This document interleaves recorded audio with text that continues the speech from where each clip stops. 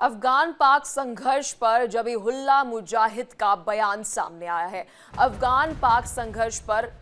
जबीहुल्लाह मुजाहिद का ये बयान सामने आया है। यूएस प्रतिनिधियों ने युद्ध विराम को लेकर संपर्क किया था। पाक से संघर्ष के दौरान यूएस प्रतिनिधियों ने संपर्क किया था। ये बड़ी खबर जो है वो सामने आ रही है।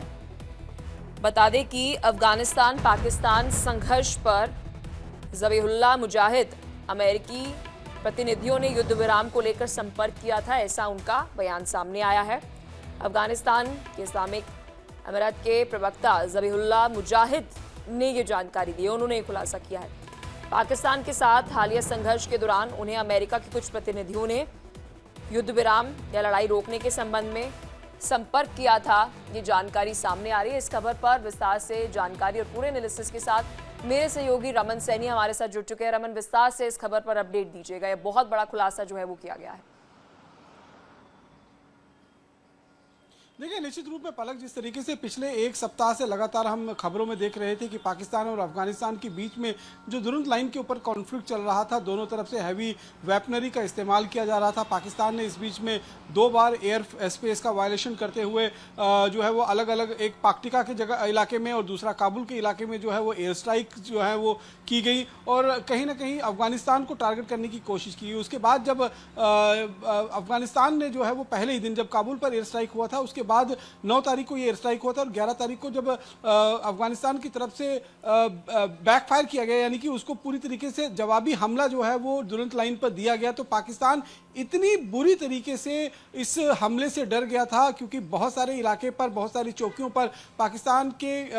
चौकियां पाकिस्तान के सैनिकों पर कब्जा कर लिया था, उनके टैंक्स को अपने कब्जे में ले लिया था, उनके जवानों को बंधक बना लिया था। इसी बीच पाकिस्तान हताशा में एक बार फिर कहीं ना कहीं भागता हुआ नजर आया अमेरिका के पास और अमेरिका से उसने गुहार लगाई कि हमें अफगानिस्तान से बचाए। जिस तरीके से उसने हिंदुस्तान के साथ जब ऑपरेशन सिंदूर चल रहा था और अपनी जान बचाने के लिए अमेरिका से गुहार लगाई थी, इसी तरीके से अफगानिस्तान से बचने के लिए ये गुहार लगाई गई है। और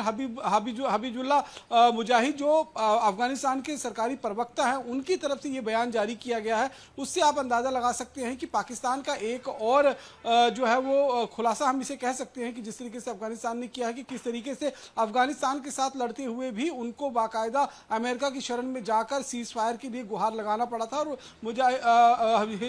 हबीबुल्लाह मुजाहिद ने यह भी बताया कि देखिए, कुछ एक रिप्रेजेंटेटिव की कॉल्स जो हैं सीज फायर के ताल्लुकात में यूएस से हमारे पास आई थी और उसके बाद हमने देखा कि किस तरीके से दोहा में जो है दोनों देशों के बीच में बातचीत हुई, जिसमें पाकिस्तान के डिफेंस मिनिस्टर और अफगानिस्तान के डिफेंस मिनिस्टर अपने अपने सिक्योरिटी एजेंसीज के लोगों के साथ बैठे और वहां पर एक जो है वो अंतरिम राहत पहुंचाने के लिए सीज फायर जो है वो जरूर ऐलान कर दिया गया है। और अभी अगर हम देखें तो इस्तांबुल में 25 तारीख को जो है वो एक और बैठक अफगानिस्तान और अफगानिस्तान के बीच में होगा और उस बैठक के बाद कहीं ना कहीं ये देखने की कोशिश की जाएगी कि आखिरकार किस तरीके से इन दोनों देशों के बीच में जो कॉन्फ्लिक्ट शुरू हुआ था उस पर कितना असर जो है वो सीज फायर को लेकर आगे होगा। तो नहीं है कि अब जो ये अफगानिस्तान की तरफ से बात बोली गई है कि अमेरिका के प्रतिनिधियों की तरफ से संपर्क किया गया था युद्ध विराम को लेकर, तो सीज फायर कंट्री यानी कि युद्ध विराम देश अमेरिका तो नहीं बनता जा रहा है, क्योंकि लगातार फेरिस जो है वो ट्रंप की बढ़ती ही जा रही है कि इस जगह का सीज फायर करा दिया, उस देश का सीज फायर करा दिया, तमाम उन्होंने युद्ध जो है वो रुकवा दिए। देखिए, निश्चित रूप में अमेरिका की कोशिश जरूर है, खासतौर पर डोनाल्ड ट्रंप की ये पॉलिसी जरूर रही है कि वो युद्ध को सीज फायर में तब्दील करें। इसीलिए वो लगातार इस बात को लेकर दावे भी करते हुए नजर आ रहे हैं कि करीबन 8 देशों के बीच में जो युद्ध चल रहे थे उसको उन्होंने शांत करा दिया है और अभी 9वां कॉन्फ्लिक्ट जो चल रहा है उस पर भी लगातार जो है वो बातचीत चल रही। तो इस समय अगर आप देखेंगे तो पूरे दुरंत लाइन के अंदर जिस तरीके का कॉन्फ्लिक्ट चला था, जिस तरीके से हमने देखा कि 50 से ज़्यादा हैम्पी टैंक्स जो है उनकी तैनाती अफगानिस्तान ने दोबारा से दुरंत लाइन के अंदर कर दी हुई है। तो जो हालात इस समय बने हुए हैं वो चिंताजनक जरूर बने हुए हैं, लेकिन इसी बीच में ये खुलासा जो हबीबुल्लाह मुजाहिद की तरफ से किया गया है, ये इस बात को दर्शाता है कि पाकिस्तान न केवल भारत के साथ पिटा था, लेकिन जब अफगानिस्तान के हाथों भी पिटा तो किस तरीके से वो अमेरिका की शरण में पहुंच गया अपनी जान बचाने के लिए। और ये बताया गया कि जो हमारे लोगों को बंधक बनाया है अफगानिस्तान को, उनको छुड़ाया जाए, बाकी सारी चीज़ें जो हैं वो मदद की गुहार लगाने की कोशिश जो है वो पाकिस्तान की तरफ से से बैक चैनल से ये काम जो है वो शुरू कर दिया गया था। फ्रंट चैनल पर अगर हम देखेंगे तो निश्चित रूप में पाकिस्तान के जो सेना के लोग होंगे या फिर पाकिस्तान के जो वहां पर पॉलिटिशियंस है वो लगातार तो क्या रमन ये बात मानकर चले कि अभी जो युद्ध विराम हुआ है, वैसे तो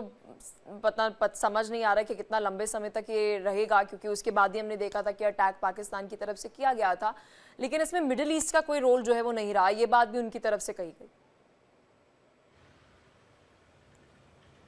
जी हाँ, बिल्कुल। देखिए, मिडिल ईस्ट का कोई रोल नहीं रहा था। मिडिल ईस्ट के अंदर खाली हमने ये देखा था कि